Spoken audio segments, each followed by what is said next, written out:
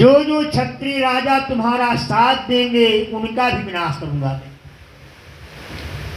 आकाशवाणी हुई, वह गर्भवती ब्राह्मणी का केस पकड़ के खींचते जाते कि सहस्त्र बाहु के पास ले चले, गर्भवती है, इसका ही जो है पेट टुकड़े टुकड़े कर देंगे।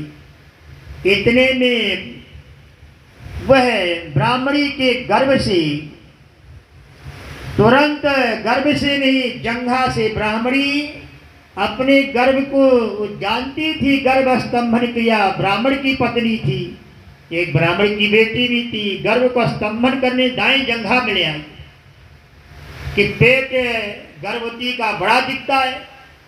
तो ऐसी क्रियाएं आज भी पुराणों में हैं। तो वे जो है ले आई दाहिनी जंघा में कि मेरा पेट दिखाई ना पड़े, गर्भवती है ये। लेकिन वो जान गया, चोरी कर लिया, ये सरकार के नीचे ले आई जंघा में। जैसे ही जंघा में तलवार मारने को हुआ, जंघा कट जाए, इसके जंघे में जो बालक आ गया है दाएं जंघा में, उसको भी कट जाए। उसी समय उसकी जंघा को फाड़ करके अपनी माँ को बचाने के लिए वह बालक तुरंत जंघा फाड़ के बाहर निकल पड़ा, हुंकार कर दिया। जैसे हुंकार किया तो सहस्त्र अर्जुन के जितनी राक्षसी सेना थी वहां पे सब अंधे हो गए, सब रुक गए। अब एक दूसरे को देख नहीं पा रहे, चाहते तो दूसरी बार हुंकार करते भस्म हो जाते। उस बालक का नाम पड़ा और मुनि।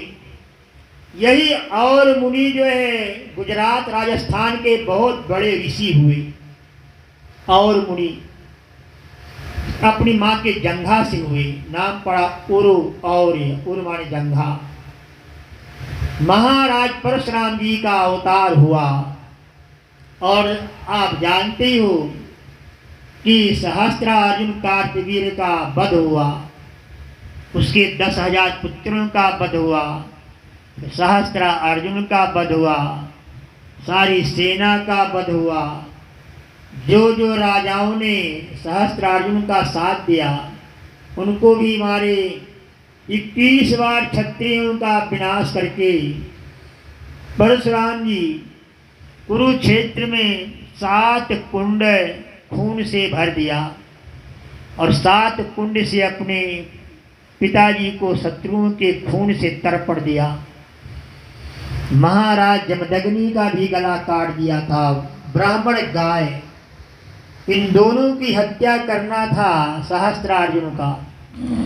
यद्यपि ये हे वंशी थे, भगवान के वंशज थे, हे के पुत्र।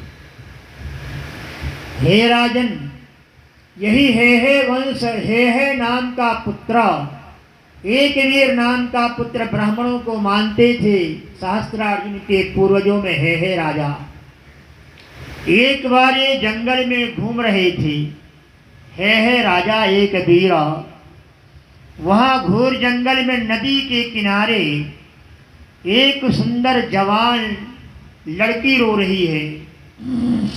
एक वीर उससे पूछते हैं, तो किस राजा की राजकुमारी है, क्यों रो रही है? भगवान लक्ष्मी नारायण के पुत्र थे हे राजा एक वीर। पूछते हैं, रोती क्यों है, तुझे कौन दुख है? वह बताई, महाराज एक ऋषि हैं, उन ऋषि की लड़की को हरण करके ले गया है राक्षस काल केतु। काल केतु पाताल हरण करके ले गया है, उसके साथ मैं भी चली गई। वह लड़की एक वीर राजा से अपना विवाह करना चाहती है,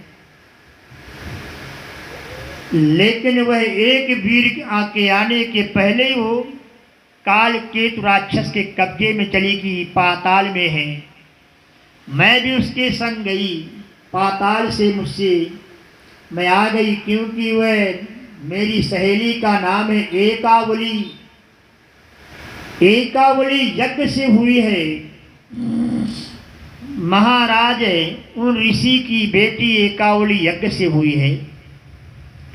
तो मुझसे कहा, बहन तू जल्दी जा, और एक वीर राजा से बताओ, है राजा, एक वीर राजा से बताओ कि जल्दी मुझे छुड़ा के ले जाए, क्योंकि बड़े बड़े विद्वानों ने, ऋषियों ने, स्वयं अग्नि देवता ने मेरा विवाह एक वीर राजा से लिखा हुआ बताए। इसलिए मैं उस एकावली लड़की की, राजकुमारी की मैं सखी हूँ और यहीं बैठी मैं रो रही हूँ, पाताल में वो रो रही है। काल केतु राजा के बस में है राक्षस की।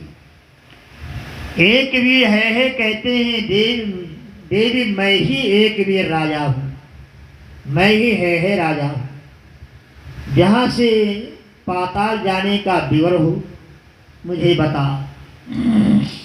पाताल जाने का रास्ता बता दिया। स्वयं वह राजकुमारी की सहेली राजा के साथ बैठी घोड़े पे पाताल ले गई। महाराज है उपनाम एक वीर, इन्होंने काल केतु राक्षस का संहार किया और एकावली को ला करके ऊपर लाए, चलो विवाह करें। नहीं महाराज, मेरे पिताजी से परामर्श करिए। एकावली अपने पिता के पास ले गई राजा एक वीर को। पिता रो रहे थे, उसके माँ रो रही थी, बहुत प्रसन्न हुए, अपनी बेटी एकावली का विवाह किया, एक वीर के साथ विदा किया।